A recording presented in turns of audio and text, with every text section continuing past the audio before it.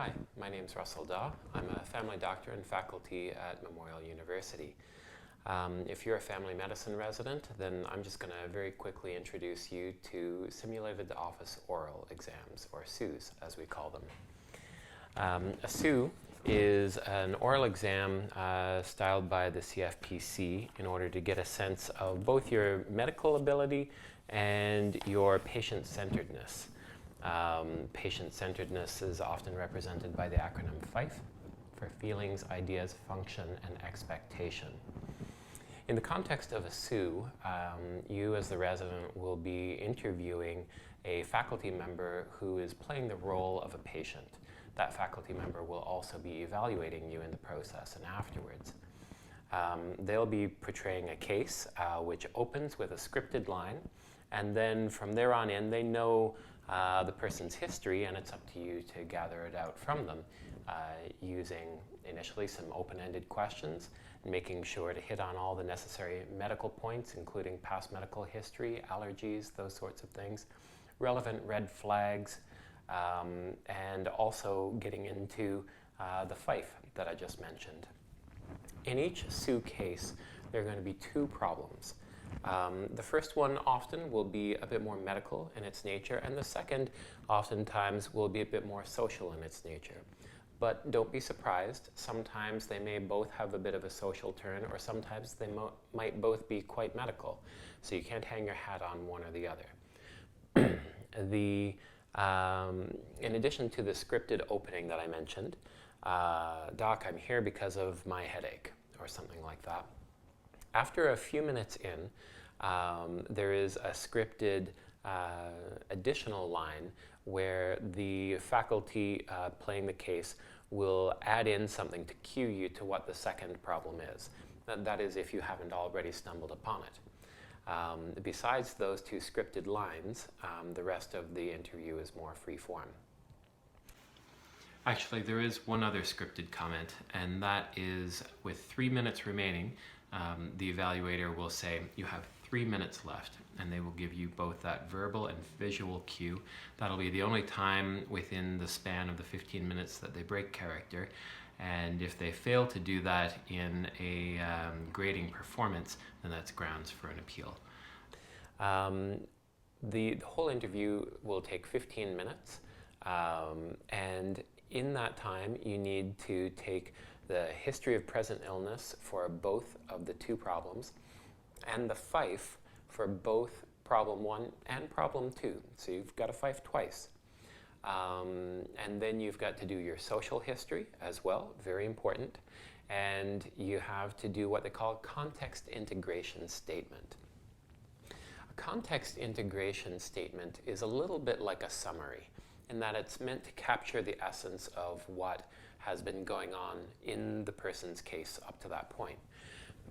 As the name suggests, it should indicate something about what their chief complaint is, but also situating it into their social context.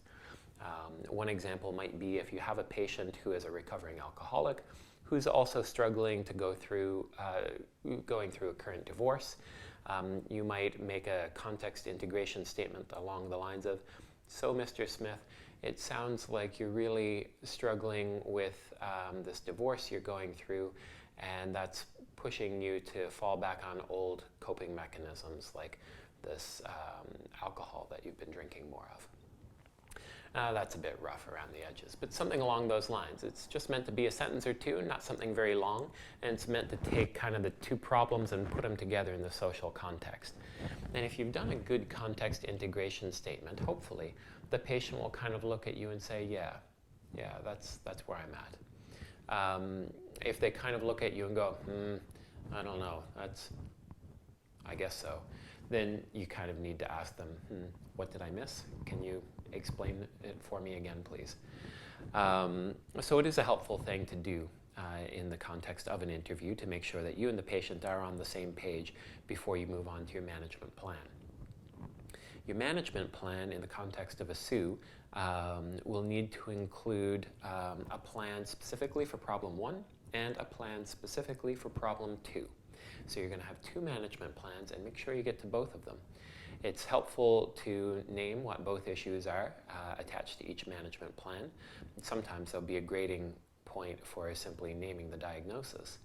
And in addition to coming up with the right management plan, you're also given a mark on each problem for having found common ground around that management plan.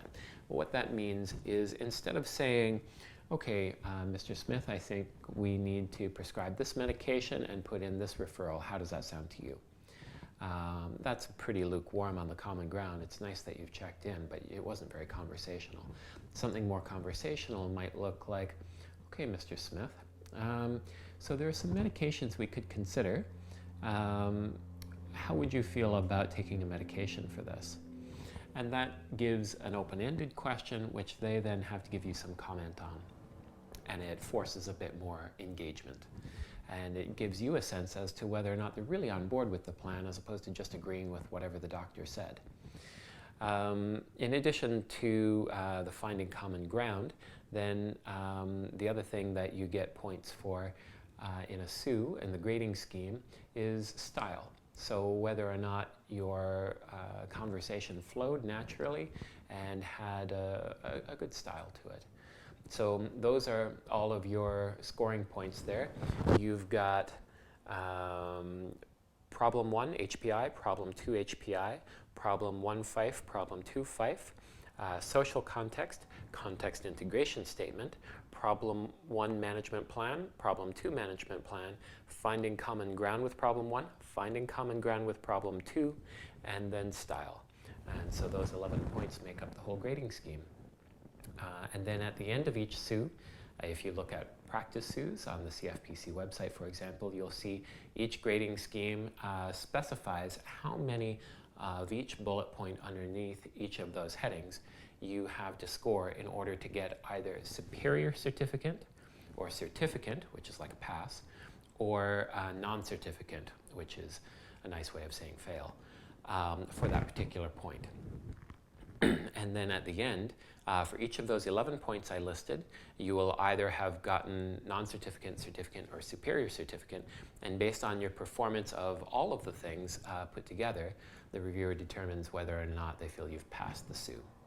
So I hope that's been helpful, and at this point you might want to go on the CFPC website and look at some of the available practice SOOs online and have a look at what the grading scheme is like.